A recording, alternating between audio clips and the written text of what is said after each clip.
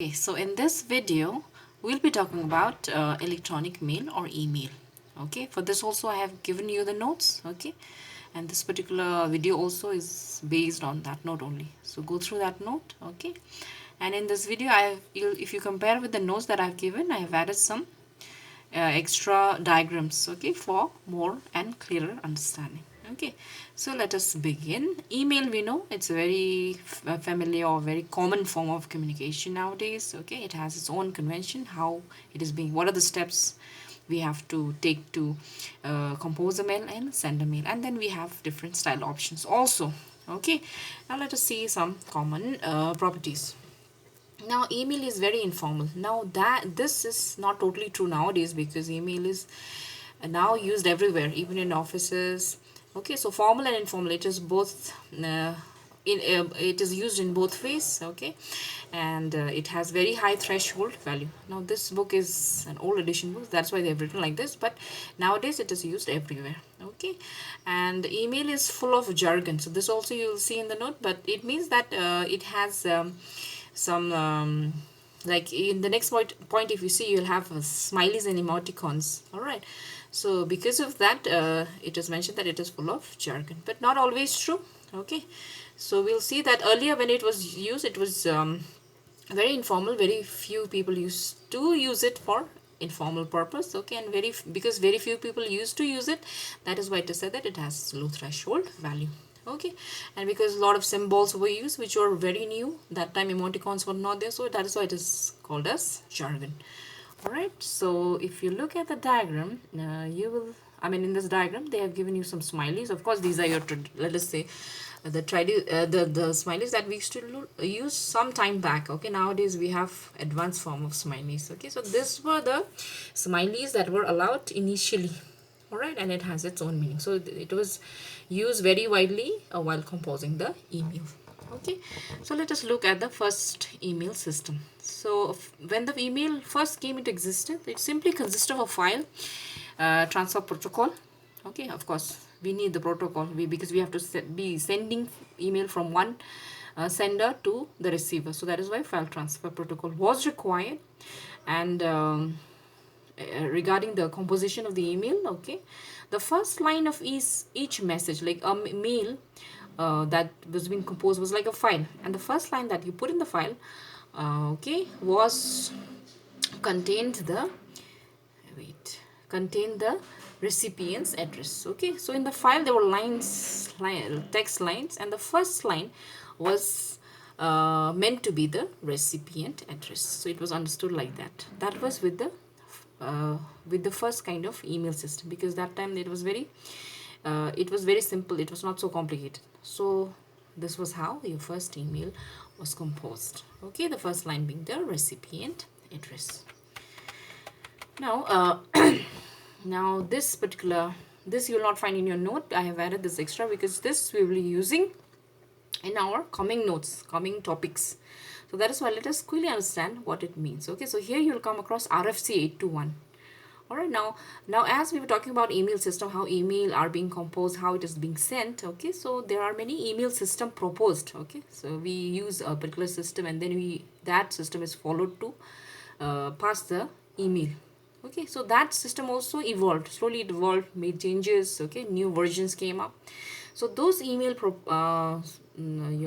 this transmission protocol, earlier it was RFC 821. So in RFC 821 protocol, you will see how email system, I mean the different email proposals were there, how it should be constructed, how it should be transferred, what are the formats that are allowed. Okay, and later it became RFC 822. So when you talk about RFC 821 or 822, it means that this protocol will be dealing with the email system. Okay, it is written here. See, RFC 822 is the written here message format, so message of the email. Okay, and later on those RFCs also, they undergone different versions. Okay, new versions came up, but mostly RFC 82 was being used. Okay, so this has to be kept in mind. All right, for our coming topics. Right, the next very important is your architecture and services of the email system. All right, so here we have to first learn about the architecture. Okay, so when we talk about architecture, we'll see what are the two subsystems of email system. Very, very important, two subsystem.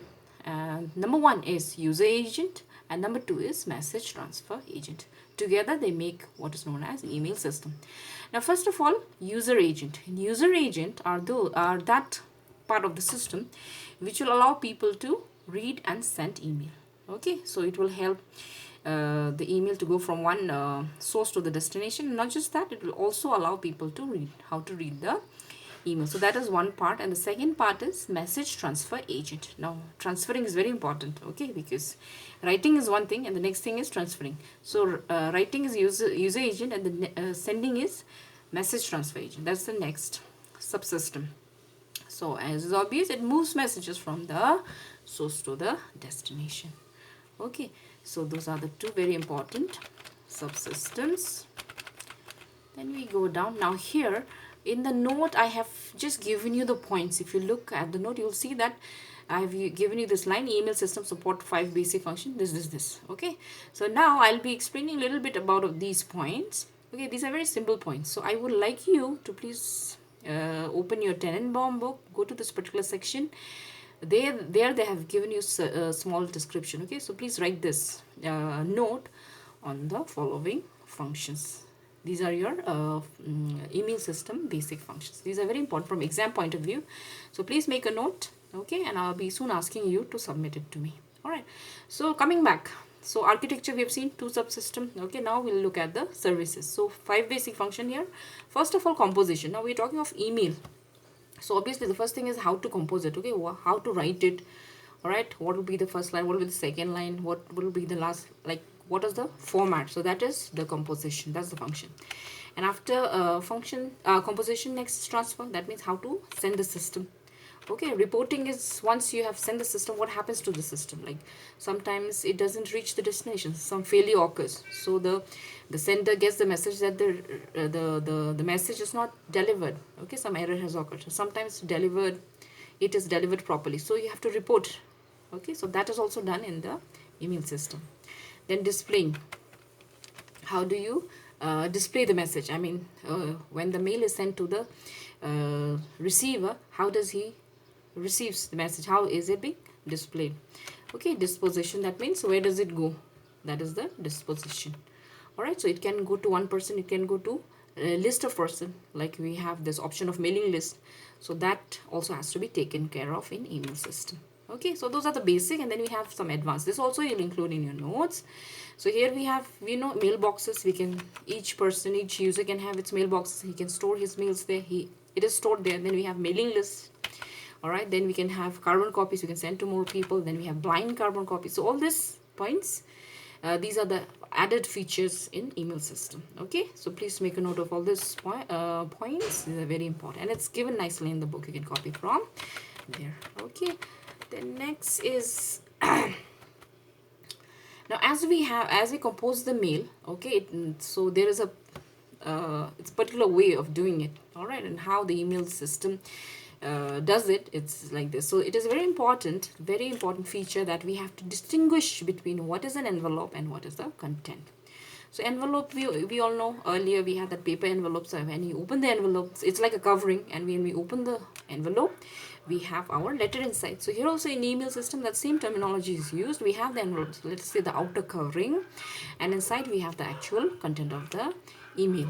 Okay, so the envelope encapsulates the message. As I told you, it's a cover, so it covers the message, and inside the envelope, it contains it's a cover, so it will contain the information needed for transfer. So basically the content is inside, and outside we have the envelope. So envelope will have where will the message go.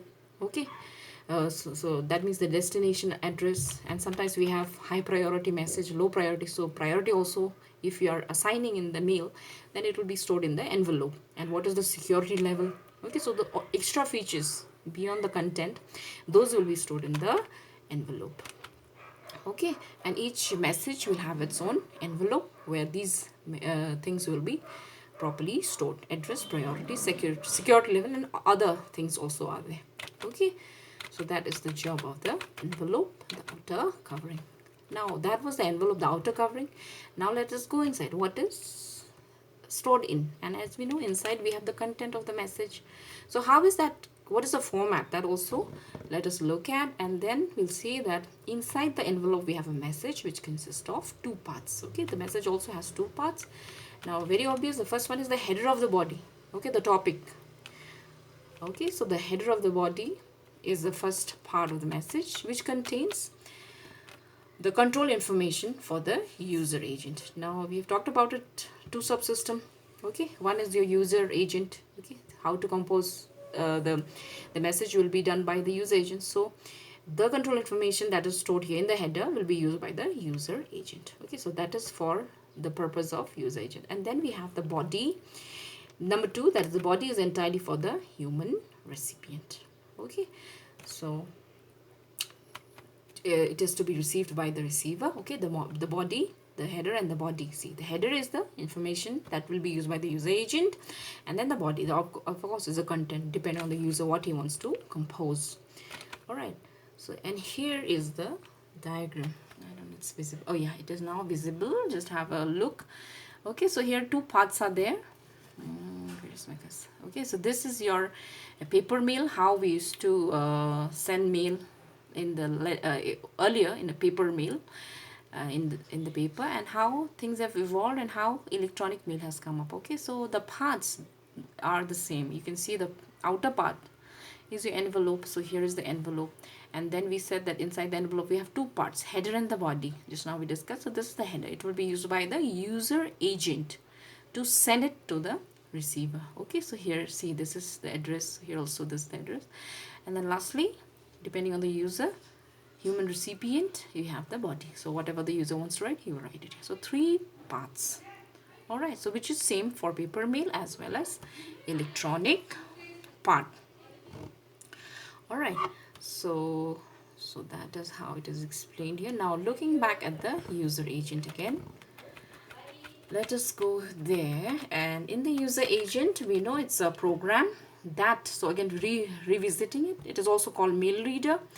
It accepts variety of commands for composing. So basically how to compose, how to send it, okay, where to send it, specifying the address, how to reply to a message, okay, how to delete, how to edit the mails and then the mailboxes. That is done with the help of user agent. So user agent, the two, okay, so that is the job of the user agent. Now let us look at how email is being sent. Okay, to send an email, a message, a user must provide the message. First of all, you compose your message, okay, and then you put the destination address, and there are other parameters also, okay, if you want to send it to someone else. So BCC, all that option will come into play now. And whenever you put the address, okay, it will have a kind of, and then it will that when you send it, okay, it will be sent along with this kind of attributes. Okay, the message sends is being sent, it's being packed with this kind of extra data, and that is the different and that can be interpreted as being made up of different attributes. So see /c here may mean, I mean, it means country, so it's specified like that. This is how the message and the address is being interpreted, address part, and then the state, and then the locality. All right, and then we have locality, then PA, personal address, and finally the name. Okay, the name of the recipient. Okay, so the mail, when you send the mail, it goes along with this kind of data. All right, now that was the address part, and then we have once the address part is solved, then we know we have to compose the message body, let us say. And whenever you want to try to compose a message, we know that when you open your email, your inbox, then you'll see a text editor. Okay, it allows you to you know what style of writing you want to adopt, okay, with a bold, italic, all that, word processing is there, so it allows you to compose the message. So that is the second part. Okay, so that after specifying that, we have specified everything, the message as well as the address where it has to go. So that is how the sending of email happens. And one extra option is that sometimes an email has to support mailing list. Mailing list means you have a inbuilt list. You've already created one inbuilt list and you want to send the same message to a list of people with a single one. So that also is specified in case of sending email. All right, so that is that. Let us quickly go to the next, which is your reading of sending. We have seen, so we deal with the address, we deal with the composition, and then we deal with the what's that, mailing list, and then we have reading. So once the reading it is sent, then the recipient, how does it do? So here we have a look of the mailbox. Okay, mailbox of the receiver. So earlier it was like this. Okay, we have the sender, we have the subject, we have the bytes, and then some extra flags. Right. So now let us quickly go. Typically when a user agent is started up, it looks, so when a user agent starts up, it looks at the mailbox. Okay, for incoming email, and then displays anything on the screen. So I'll not describe it, already it's becoming lengthy. Then it may announce the number of messages. Always we see what are the new message, we get the notification. So here also it will announce the number of messages in the mailbox, or display a one-line summary of each one. Okay, so it will it will give the notification a new mail has come. Okay, so like that is the job of your reading email. Thank you.